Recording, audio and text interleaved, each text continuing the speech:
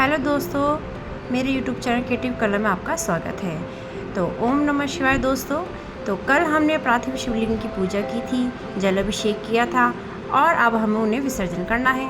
तो विसर्जन करते टाइम हमें क्या क्या सावधानी रखनी चाहिए और क्या क्या हमें करना चाहिए, तो उसकी पूरी विधि हम आपको बताते हैं। दोस्तों, पूजा के समय हमने जो भी सामग्री अपनी शिव जी को चढ़ाई है उसका हमें क्या करना है, कैसे हमें विसर्जन करना है, ये सारी विधि हम इसमें वीडियो में आपको बताते जाएंगे। शिवलिंग का विसर्जन करते समय हमें ये बात तो ज़रूर ध्यान में रखनी चाहिए कि हमें शिवलिंग कभी भी जहाँ हमने पूजा किया वहाँ हमें विसर्जन नहीं करना है। विसर्जन हमें हमेशा घर के बाहर, नदी, तालाब या फिर आपके आसपास ऐसा कुछ नहीं है तो आप सरल तरीके से कैसे इसे विसर्जन करना है तो हम उनकी पूरी विधि आपको बताते हैं। सबसे पहले हम एक पात्र ले लेते हैं। वो पात्र उस हिसाब से लेना चाहिए हमें जिस हिसाब से हमारी मूर्ति है। तो हमारी शिवलिंग जो है वो बहुत छोटे से हैं, तो मैंने उस हिसाब से ही ये पात्र लिया है। तो उस पात्र में हम घर का जो आम जल होता है वो भर लेते हैं। फिर उसमें हम थोड़े से पुष्प और दूध ये डाल देते हैं और थोड़ा सा गंगा जल।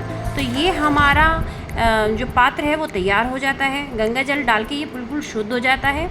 तो अब हम क्या करेंगे, हमने जिस सामग्री से अपने शिव जी का जल अभिषेक किया था, तो अब हम उसका क्या करना है। जैसे कि ये फल, तो अब हम इन फलों का क्या करेंगे, इन फलों को हम गौ माता को खिला देंगे। और हमने 21 गेहूं के दाने जो चढ़ाए थे उनमें से हमें एक गेहूं का दाना लेकर अपने अन्न, जहाँ हमारा अन्न है, राशन पानी जो भी हम रखते हैं अपने घर में, वहाँ पर मिला देंगे। और हमने 7 बेलपत्र चढ़ाए थे, उसमें से एक बेलपत्र लेकर हम अपने मंदिर की जो ड्रॉर है या फिर कोई भी जगह है हम उस पर रख देते हैं। ये सुख समृद्धि को बढ़ाता रहेगा। तो अब हमने जो दक्षिणा चढ़ाई थी उसका हमें क्या करना है, ये दक्षिणा हमें मंदिर में ले जाकर इसे चढ़ा देना है।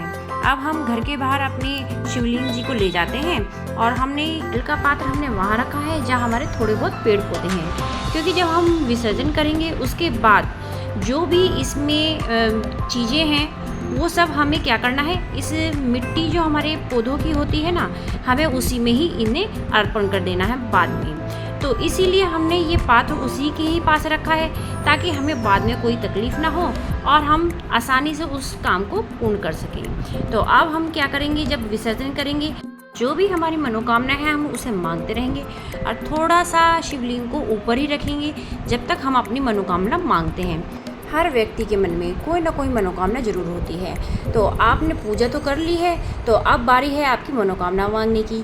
तो आप इस वक्त पर ज़रूर अपनी मनोकामना मांगे तो भगवान शिव जी आपकी ज़रूर मनोकामना पूरी करेंगे। हाँ दोस्तों, आप इस बात का ज़रूर ध्यान रखें, जब आप किसी त्यौहार पर, जैसे कि कल शिवरात्रि थी और हरितालिका तीज या अन्य कोई भी त्यौहार पर आप पार्थिव शिव जी की पूजा करते हैं तो उनका विसर्जन आप अगले दिन भी कर सकते हैं। लेकिन अगर आप विशेष त्यौहार के अलावा पार्थिव शिव जी की पूजा करते हैं तो आपको उसी दिन पूजा के थोड़ी देर बाद ही उन्हें विसर्जन करना अनिवार्य है। पंडित जी ने आपको कथा में बताया ही होगा।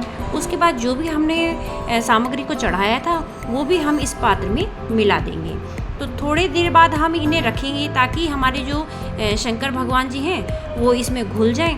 फिर उसके बाद हम इसी जल को पूरे अपने पौधों में ही डाल देंगे और एक साथ ऐसे मिला देंगे ताकि और ये मिट्टी एक सी हो जाए। और जो भी हमने सामग्री चढ़ाई है उससे हमारी मिट्टी को कोई नुकसान नहीं होगा, क्योंकि ये खाद बनकर तैयार हो जाएगी। इसी तरीके से आप कोई भी मूर्ति का विसर्जन कर सकते हैं और पर्यावरण को भी दूषित होने से बचा सकते हैं, क्योंकि जब भी हम ये नदी, तालाब इनमें विसर्जन करते हैं तो हमारी नदी, तालाब और जो पर्यावरण है उसको बहुत नुकसान होता है। इससे क्या होता है कि हम अपने आसपास की जगह को साफ़ सुथरा रख सकते हैं।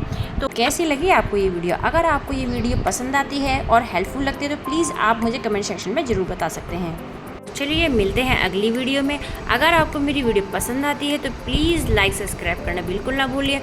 ओम नमः शिवाय दोस्तों।